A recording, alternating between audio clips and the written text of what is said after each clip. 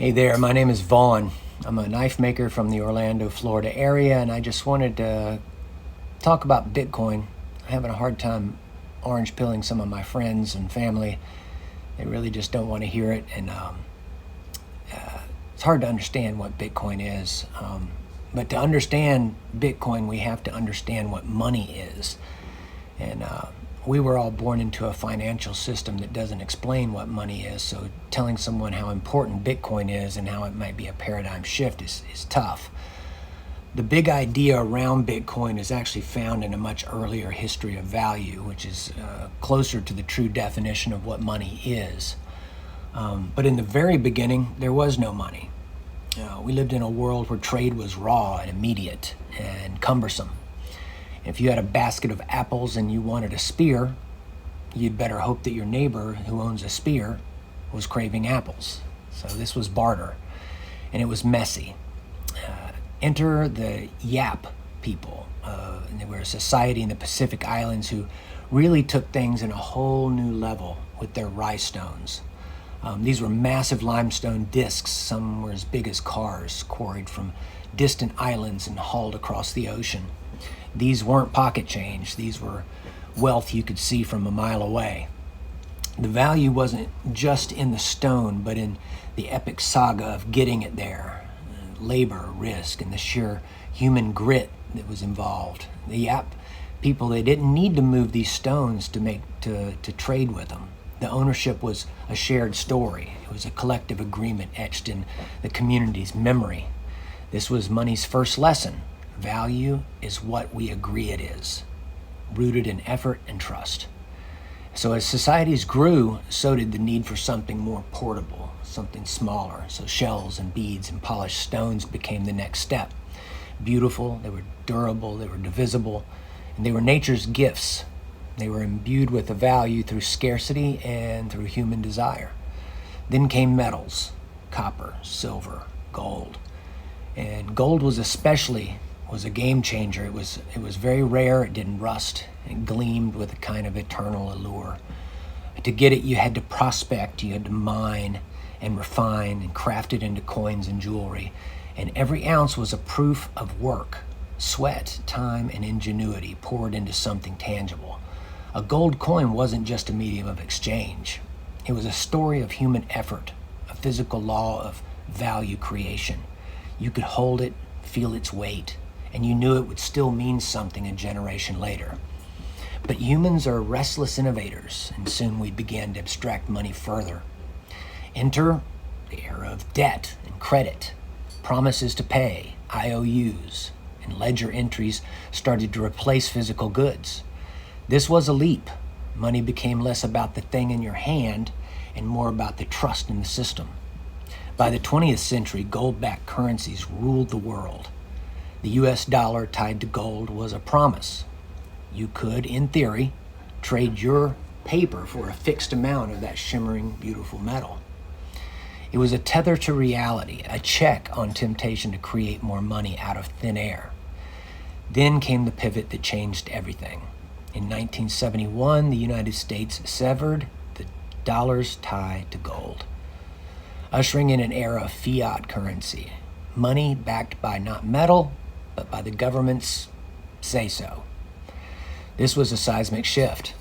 Without gold's anchor, the dollar became a creature of debt, printed into existence by central banks.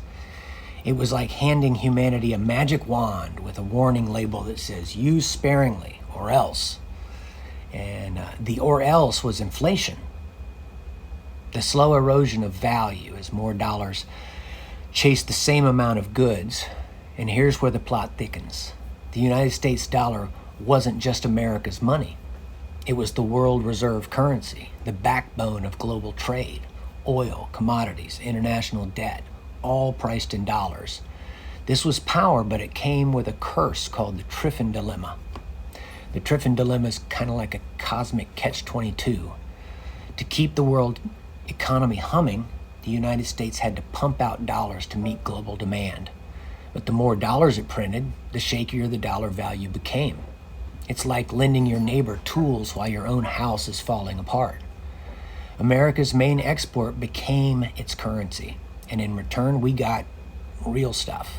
Cars from Japan, oil from Saudi Arabia, electronics from China. Sounds like a sweet deal, right? Except it wasn't. The flood of dollars fueled debt, and the debt needs servicing. Interest piles up, deficits balloon, and the middle class, those hardworking folks paid in those dollars, they watch their purchasing power erode. The dollar, once a rock-solid store of value, started leaking like a sieve. And this is where the story gets personal. Think about it.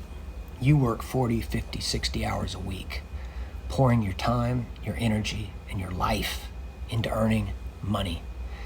You're not just earning paper. You're trading your existence for something you hope will hold its worth tomorrow, next year, into retirement. But with a debt-based inflationary currency, that hope is a gamble. The dollar value slips away, eaten by inflation or diluted by endless printing. So what do? You chase assets, stocks, bonds, real estate, even collectibles like watches or art, anything that might carry or hold the value into the future. It's a collective realization. We know what value is, and we know the dollar is not cutting it. Now, let's pivot to the 21st century, where a mysterious figure named Satoshi Nakamoto drops a bombshell: Bitcoin. Bitcoin was born in 2009, and it isn't just a currency. It's a rebellion against the fiat system's flaws. It's not a stock or a bond or even gold. It's something new. Bitcoin is digital, decentralized, and it's capped at 21 million coins. No central bank can print more. No government can seize it without your private key. It's engineered to hold value with no leakage, like a thermos designed to keep heat in forever. It's the closest thing we've got to a thermodynamically sound economic system, a machine that resists entropy. What makes Bitcoin special? It's proof of work reborn in a digital age. Miners compete to solve complex mathematical puzzles, expending computational power and electricity to validate transactions and earn new coins. Like gold, it's not free. It's costly, deliberate, and it's tied to a real-world effort. But unlike gold, it's weightless, divisible to 8 decimal points, and it can zip across the globe in minutes. It's money that doesn't need a middleman, a bank, or a vault. And its fixed supply means it can't be inflated away by a printing press. But Bitcoin's true power lies in what it represents. It's a rejection of the debt-based virus that's infected global economies. Fiat currencies, untethered from gold or any other natural constraint, are like a runaway train. They fuel debt bubbles, they reward reckless spending, and they punish savers. Over time, the debt service becomes a crushing weight. Economies stagger under interest payments, and the middle class gets squeezed. Bitcoin flips this script. It's a currency that doesn't bend to political whims or central bank policies. It's a bet on a future where value is preserved, not eroded. Now, don't get me wrong. Bitcoin isn't perfect. Its volatility is a roller coaster, and its adoption is still a work in progress. But we're only beginning to grasp its long-term impact. Will it replace fiat? Probably not anytime soon, but it's a quantum leap in the evolution of money.